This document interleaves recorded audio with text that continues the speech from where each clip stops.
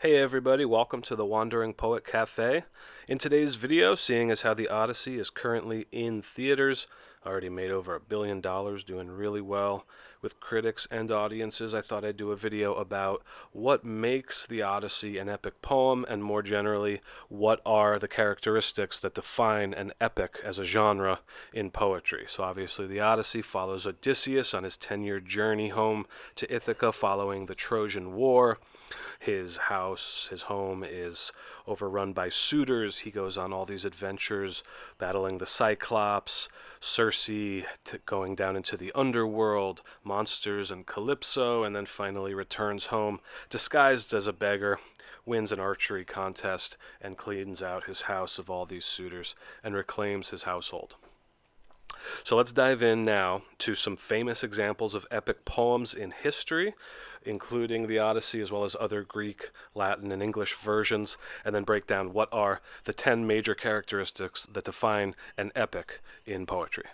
So epic poems, some famous examples are the Iliad by Homer, the Aeneid by Virgil, also the Odyssey by Homer, and in English, Paradise Lost, probably the most famous, by John Milton. So what are the characteristics of epic poetry? Well, first of all, this is one of the world's most ancient poetry forms, has numerous characteristics that define it from other genres. First up, epic poems begin in medias res, which means in the middle of things. You'll see this in movies sometimes nowadays too, where, some big climactic scene will be played right at the beginning of the movie to draw the audience's interest and start with something exciting, and then it goes back to the beginning and gets there later on. So epic poems begin in medias res. That's what that's called. Number two, the setting. It's vast. It covers many nations, the world, or even the universe. Number three, there's an invocation to a muse at the beginning of the epic poem called the epic invocation, basically asking some sort of a muse to provide the wisdom and the insight to go along with this poem and tell this story. Also, at the start, there's going to be a statement of the theme. Okay, so it's going to be an epic theme having to do with, a hero that embodies their culture and perhaps the movement of a nation or a people, something like that. There's also going to be epithets, okay? Homer's Rosy-Fingered Dawn and Wine Dark Sea are two very well-known ones from the Odyssey, and these are basically poetical phrases that get repeated and used throughout the poem. Number six, long lists. These are called epic catalogs. Think about like a war movie like Lord of the Rings or something like that, where, there's scenes of the hero getting dressed in all their armor, right? Stuff like that. A list of everything they're about to put on, or a list of all the different elements that they're going to use in battle or something to that effect. So there's long lists called an epic catalog, might be a list of gods, goddesses, that type of thing. Number seven, there's going to be long formal speeches, right? This is pretty standard for any type of even Shakespearean plays have that. But the characters in an epic poem, they're going to give long speeches. Number eight, there's divine intervention on human affairs. So the gods are present in epic poems, and they are going to make their force and their will and their voices heard. Of course, Paradise Lost by John Milton is literally about, the battle between God and the devil. In Homer's poems, you've got the Greek gods having massive impact on what goes on. So the gods are going to intervene in these affairs.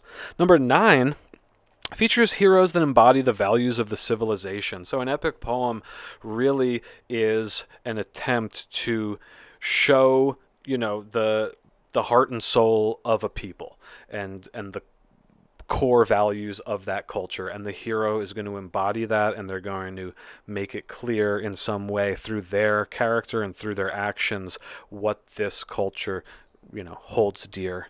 And then number 10, they're often the hero will descend into the underworld or hell.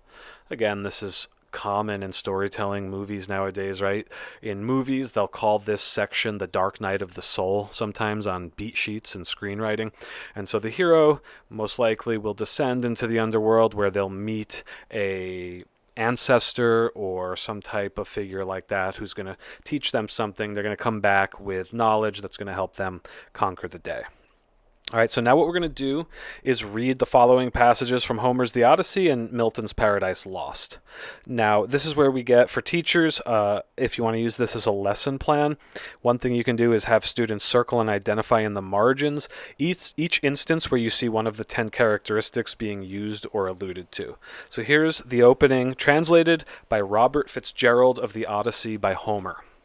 Sing in me, muse, and through me tell the story of that man skilled in all ways of contending, the wanderer, harried for years on end, after he plundered the stronghold on the proud height of Troy. He saw the townlands and learned the minds of many distant men, and weathered many bitter nights and days in his deep heart at sea, while he fought only to save his life, to bring his shipmates home. But not by will nor valor could he save them, for their own recklessness destroyed them all. Children and fools, they killed and feasted on the cattle of Lord Helios the sun, and he who moves all day through heaven took from their eyes the dawn of their return. And now here are the opening lines of Paradise Lost by John Milton, English poet. Of man's first disobedience and the fruit of that forbidden tree, whose mortal taste brought death into the world, and all our woe, with loss of Eden, till one greater man restore us, and regain the blissful seat. Sing, heavenly muse, that on the secret top of Oreb or of Sinai did inspire that shepherd, who first taught the chosen seed, in the beginning how the heavens and earth rose out of chaos.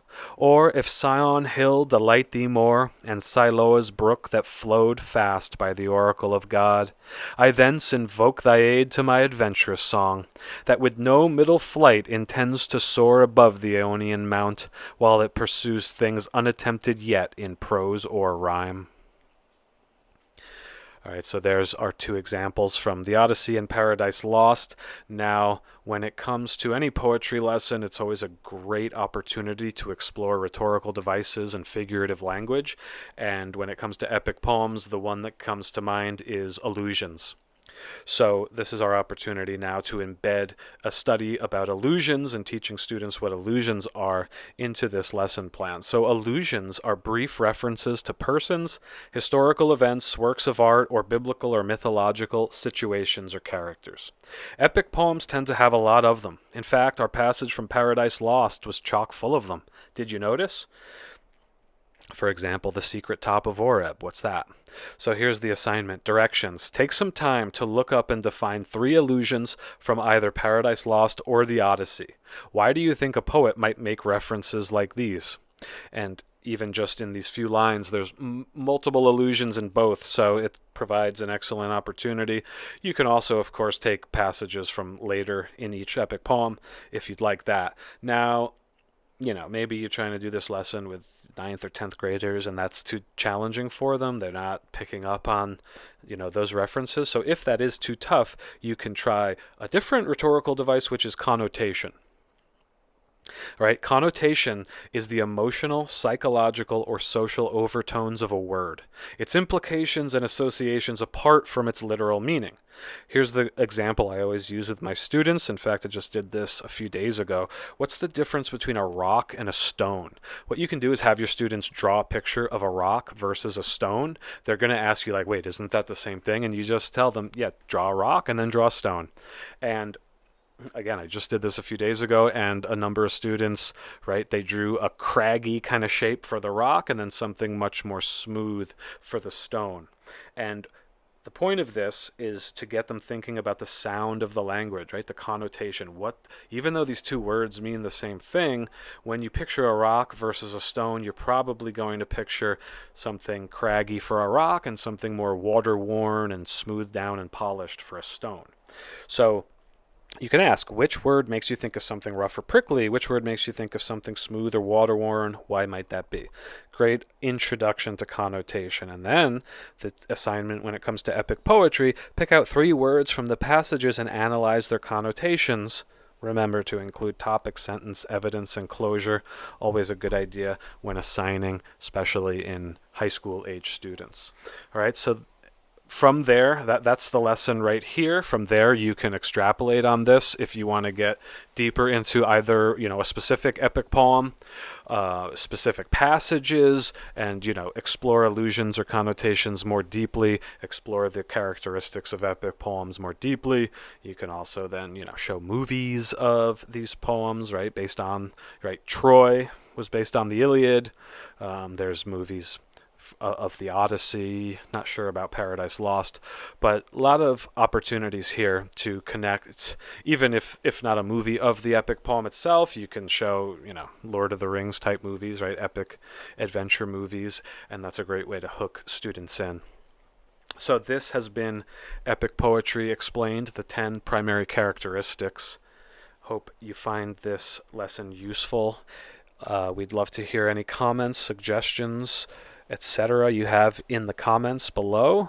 Remember to subscribe to the channel if you want to see more poetry lessons like this. Also, lots of poetry readings that you could use in your teaching. And this has been the Wandering Poet Cafe. Thanks for watching. See you guys next time.